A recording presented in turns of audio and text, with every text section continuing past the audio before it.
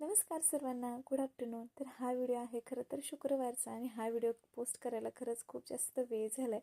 पण तरी देखील म्हटलं की तुमच्यासोबत हा व्हिडिओ नक्कीच शेअर करावा.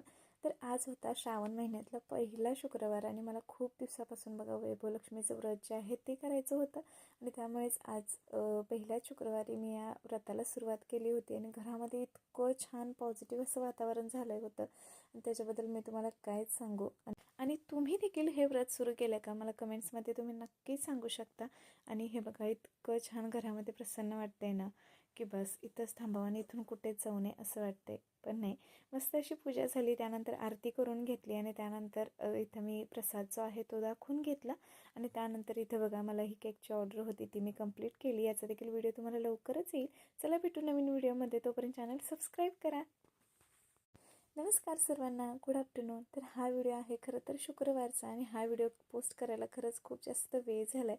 पण तरी देखील म्हटलं की तुमच्यासोबत हा व्हिडिओ नक्कीच शेअर करावा.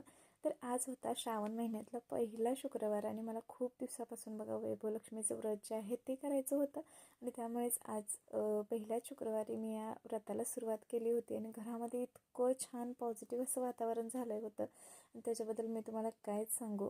आणि तुम्ही देखील हे व्रत सुरू केलं का मला कमेंट्समध्ये तुम्ही नक्कीच सांगू शकता.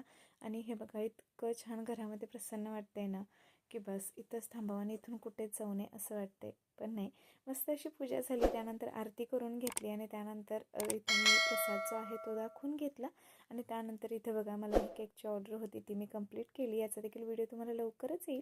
चला भेटू नवीन व्हिडिओमध्ये, तोपर्यंत चॅनल सबस्क्राईब करा.